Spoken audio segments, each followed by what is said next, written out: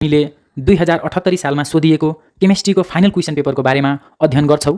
So एक्जाममा fail नभइकन सुरु गरौँ आजको यो episode.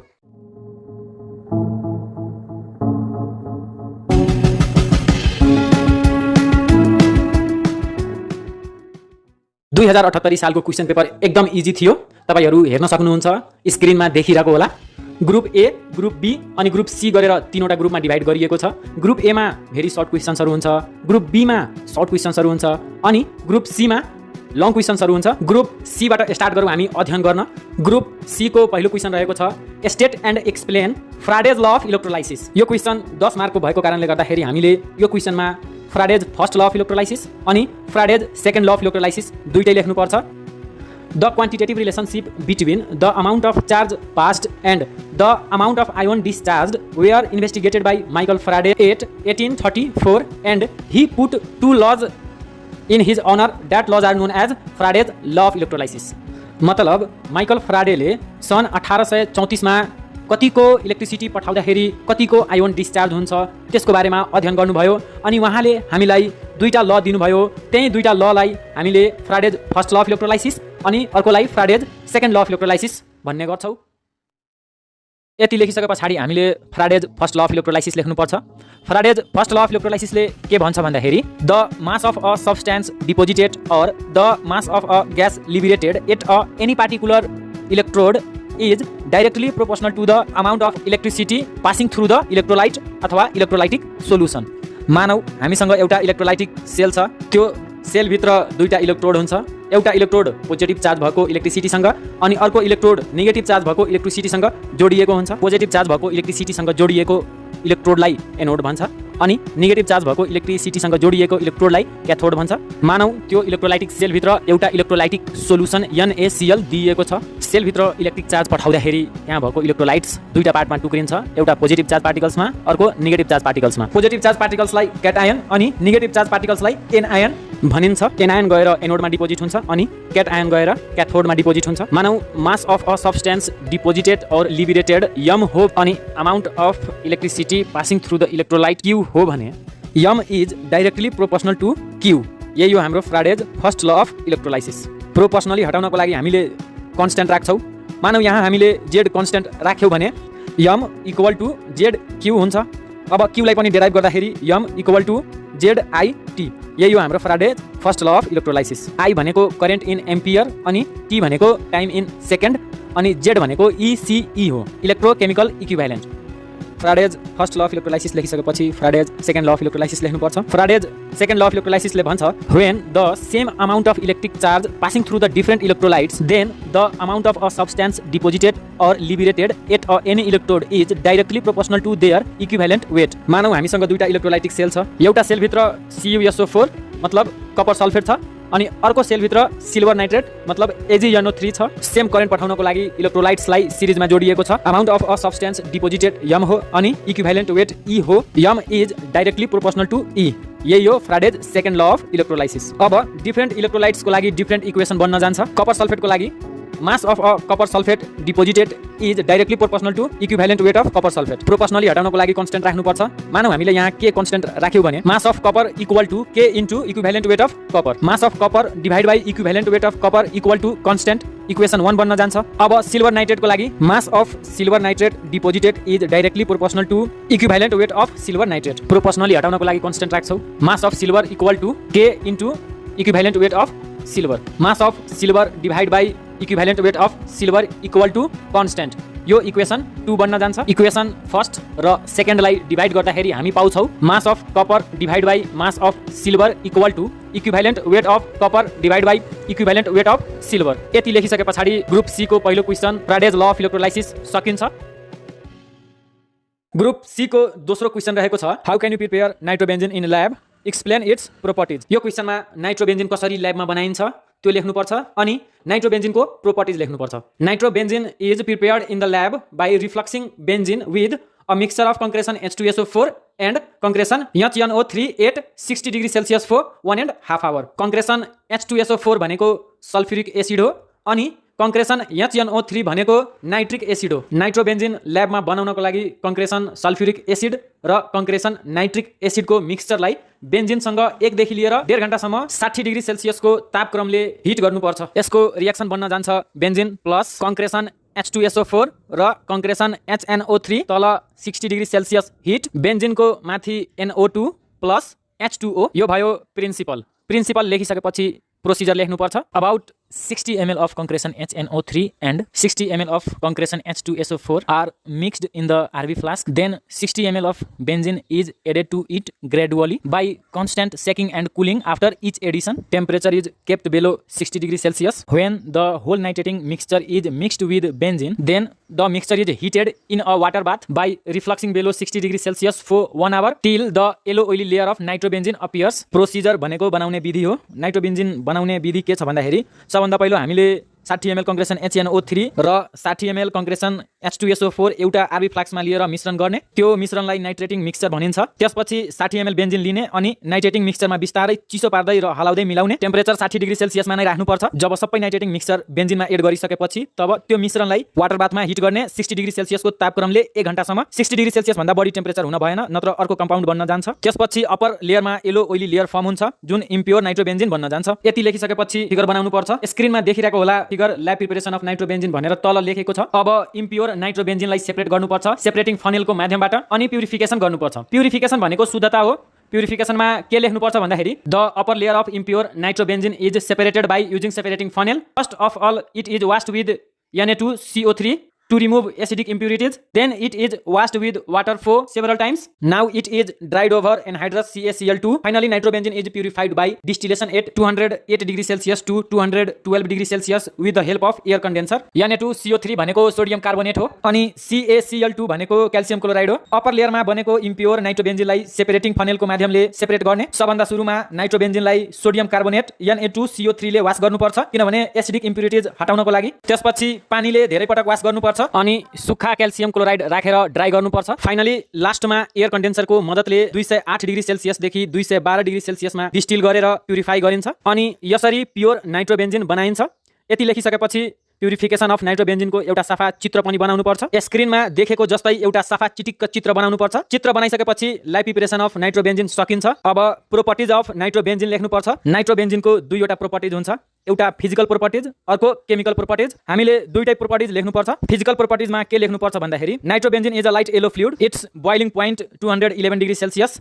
It smells like bitter almonds. It is insoluble in water and soluble in organic solvent such as alcohol, ether and benzene. मतलब नाइट्रोबेन्जिन एउटा light yellow fluid हो जसको बोइलिङ पोइन्ट 211 डिग्री सेल्सियस हो। नाइट्रोबेन्जिन तितो बदामको गन्ध जस्तो घनाउँछ। त्यो पानीमा घुल्न सक्दैन तर अर्गानिक कम्पाउन्ड्समा घुल्न सकिन्छ जस्तै अल्कोहल, इथर र बेन्जिनमा घुल्न सकिन्छ। फिजिकल प्रोपर्टिज लेखिसकेपछि केमिकल प्रोपर्टिज लेख्नुपर्छ। केमिकल प्रोपर्टिजमा जति पनि पोसिबल रिएक्सनहरू छ नाइट्रोबेन्जिनको त्यो सबै लेख्नुपर्छ। पहिलो रिएक्सन रहेको छ halogenation. The reaction of nitrobenzene and chlorine in the presence of halogens gives metachloronitrobenzene. नाइट्रोबेन्जिनलाई हेलोजिनको प्रेजेन्समा क्लोरिनसँग रिएक्सन गरायो भने मेटाक्लोरोनाइट्रोबेन्जिन बन्छ अनि बाइ प्रोडक्ट H2O बन्न जान्छ। FeCl3 भनेको हेलोजिन हो। अर्को केमिकल प्रोपर्टिज रहेको छ nitration. Nitrobenzene gets metadinitrobenzene when it is heated to about 100 degree Celsius with a mixture of concentration H2SO4 and concentration HNO3। Nitrobenzene metadinitrobenzene बनाउँछ जब यसलाई कङ्क्रेसन H2SO4 र कङ्क्रेसन HNO3 को मिश्रणसँग 100 डिग्री सेल्सियसको तापक्रमले हिट गर्छ। Heating to more than 100 degree Celsius produces trinitrobenzene which is a strong explosive material. 100 degree Celsius भन्दा बढी हिट गर्यो भने यसले ट्राइनाइट्रोबेन्जिन बनाउँछ जुन धेरै खतरनाक हुन्छ।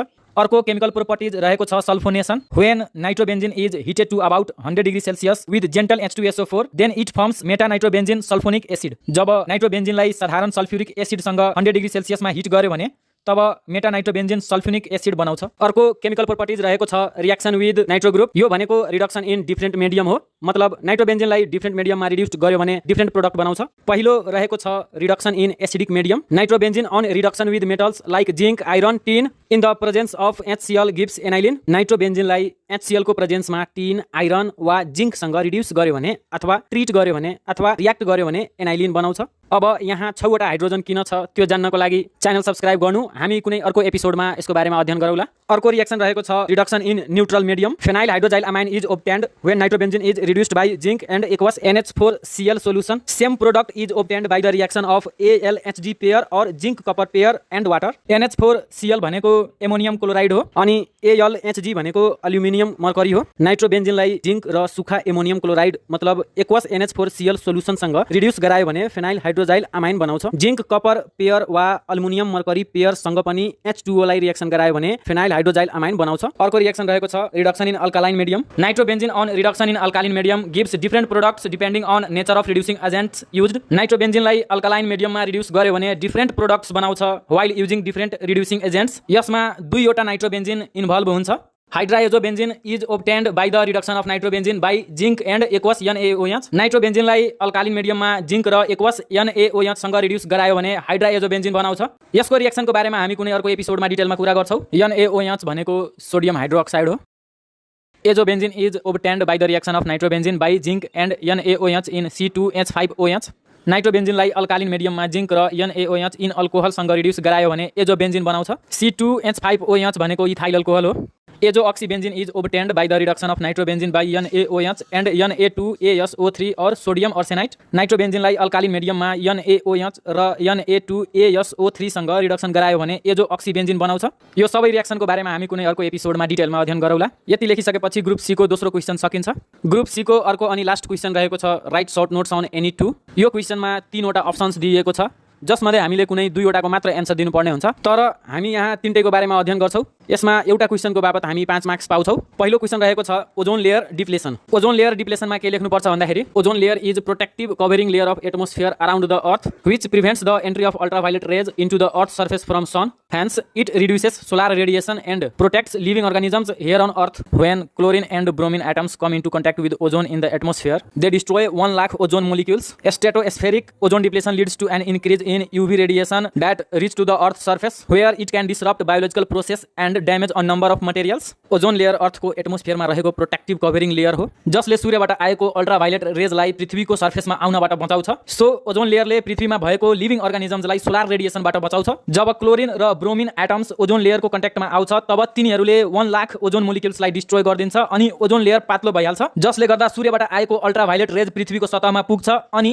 बायोलोजिकल प्रोसेसलाई नष्ट गरिदिन्छ अनि धेरै प्रकारका समस्याहरू उत्पन्न गर्छ। जस्तै क्लाइमेट चेन्ज गरिदिन्छ, छालाको क्यान्सर गराउँछ, बालीनालीको उत्पन्नलाई कम गरिदिन्छ, बिरुवा र जनावरको जिनलाई राम्ररी विकसित हुन दिँदैन। यति लेखिसकेपछि पहिलो क्वेशन सकिन्छ। अब लागौ दोस्रो क्वेशन तर्फ। दोस्रो क्वेशन रहेको छ air pollution and its effect. Air pollution अनि इट्स इफेक्टमा सबभन्दा पहिला एयर पोल्युसनको बारेमा अलिकति लेख्नुपर्छ अनि त्यसपछि इफेक्ट्सको बारेमा लेख्नुपर्छ। Air pollution is an undesirable change in physical, chemical and biological characteristics of air that causes the harmful effect on environment. The substance that causes the pollution is called pollutant. It also damages buildings. Pollutant in the air take many forms. They can be gases, solid particles or liquid droplets. Air pollution causes ozone layer depletion, global warming and also causes acid rain. वायु प्रदूषण भनेको वायुमा भएको physical, chemical र biological परिवर्तन हो जसले वातावरणलाई हानि पुर्याउने काम गर्छ। पोल्युसन ल्याउने कारणलाई पोल्युटेन्ट भन्छ, मतलब प्रदूषक भनिन्छ। वायु प्रदूषणले बिल्डिङ्सलाई पनि ड्यामेज गर्छ। हावामा पोल्युटेन्ट्स धेरै फर्ममा हुन्छ। यो ग्यासमा पनि हुन सक्छ, ठोस पदार्थमा पनि हुन सक्छ र तरल थोपामा पनि हुन सक्छ। वायु प्रदूषणले ओजोन लेयरलाई पातलो बनाउँछ, ग्लोबल वार्मिङ गराउँछ र एसिड रेन पनि गराउँछ। यति लेखिसकेपछि इफेक्ट्स अफ एयर पोल्युसन लेख्नुपर्छ। इफेक्ट अफ एयर पोल्युसनमा के लेख्नुपर्छ भन्दाखेरि number 1 effects on human. Dust and smoke cause asthma, heart disease, lung cancer and respiratory disease such as emphysema due to automobile exhaust. It affects children brain. Cadmium causes liver damage occurs due to cigarette smoking. It also damages people's nerves and kidneys. Number 2 effects on animal. Air pollution causes irritation and responsible for various diseases in dogs and cats. Acid rain affects the whole system of animals. Excessive ultraviolet radiation causes cancer in wildlife. Number 3 effects on plants. Dust and smoke settle on the leaves of plants and reduce sunlight which reduces photosynthesis system. Air pollution affects the growth of teeny plants. Due to air pollution, plants get discolored. धुलो र धुवाको कारणले मान्छेहरुमा asthma, मुटु रोग, फोक्सोको cancer र श्वास प्रश्वासको रोगहरु जस्तै emphysema गराउँछ। गाडीहरुबाट निस्केको धुवाले बच्चाहरुको दिमागमा असर पार्छ। चुरोटको सेवनबाट निस्केको धुवाले लिभर ड्यामेज गर्छ। वायु प्रदूषणले मानिसहरुको किडनी र ब्रेनमा पनि असर पार्छ। वायु प्रदूषणले कुकुर र बिरालोहरुमा धेरै प्रकारका रोगहरु उत्पन्न गर्छ। वायु प्रदूषणले एसिड रेन गराउँछ जसले जनावरको पुरै प्रणालीमा असर पार्छ। वायु प्रदूषणले ओजोन लेयरलाई पातलो बनाउँछ जसले गर्दा UV रेडिएसन रेडिएसन पृथ्वीको सतहमा आई जनावरहरूमा विभिन्न किसिमको क्यान्सर गराउँछ। धुलो र धुवाँ बिरुवाहरूको पातमा गएर बस्छ, जसले गर्दा सूर्यको प्रकाश पातमा पर्दैन अनि फोटोसिन्थेसिस हुन पाउँदैन। वायु प्रदूषणले गर्दा बिरुवाहरूको रङ परिवर्तन हुन्छ। यति लेखिसकेपछि दोस्रो क्वेशन सकिन्छ। अब लागौ लास्ट क्वेशन तर्फ। लास्ट क्वेशन रहेको छ laboratory preparation of carbon monoxide. Laboratory preparation of carbon मोनोअक्साइडमा के लेख्नुपर्छ भन्दाखेरि carbon monoxide gas is very toxic gas. It is highly reactive in nature. It is insoluble in water. It is colourless, odorless and tasteless. It is neither acidic nor basic, hence it is neutral gas. Carbon monoxide gas बहुत toxic हुन्छ, मतलब जहरिलो हुन्छ। यो धेरै reactive हुन्छ। यो पानीमा घुल्न सक्दैन। यसको न कुनै कलर हुन्छ, न कुनै गन्ध हुन्छ र कुनै टेस्ट पनि हुँदैन। जसले टेस्ट गर्छ त्यो बाँच्न सक्दैन। सो तपाईहरु टेस्ट नगर्नु होला। यति लेखिसकेपछि थ्योरी लेख्नुपर्छ। थ्योरीमा के लेख्नुपर्छ भन्दाखेरि carbon monoxide gas is prepared in the laboratory by heating oxalic acid crystals with concentration H2SO4. Carbon monoxide and carbon dioxide both gas are produced from the reaction. Carbon monoxide gas ल्याबमा बनाउनको लागि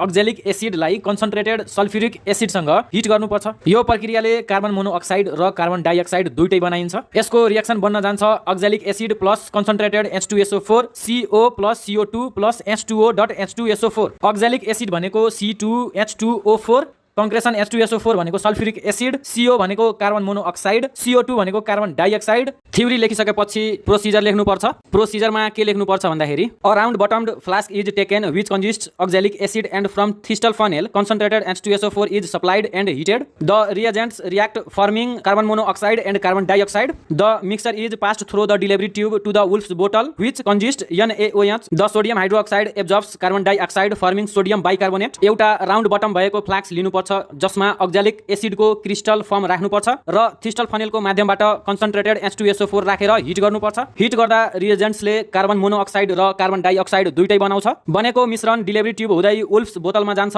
जसमा sodium hydroxide राखेको हुन्छ। Sodium हाइड्रोक्साइडले carbon डाइअक्साइडलाई absorb गरेर sodium bicarbonate बनाउँछ। यसको रिएक्सन बन्न जान्छ NaOH plus CO2 NaHCO3। NaOH भनेको सोडियम हाइड्रोक्साइड हो। NaHCO3 भनेको सोडियम बाइकार्बोनेट हो। The carbon monoxide does not dissolve in water, hence it passed out and gets collected at the gas jar by downward displacement of water as it is insoluble in water. Carbon monoxide पानीमा घुल्न सक्दैन, so carbon monoxide बाहिर जान्छ अनि एउटा gas जारमा collect हुन्छ जसको तल पानी राखिएको हुन्छ अनि यसरी नै कार्बन मोनोअक्साइड बनाइन्छ। एउटा सफा चित्र पनि बनाउनु पर्छ।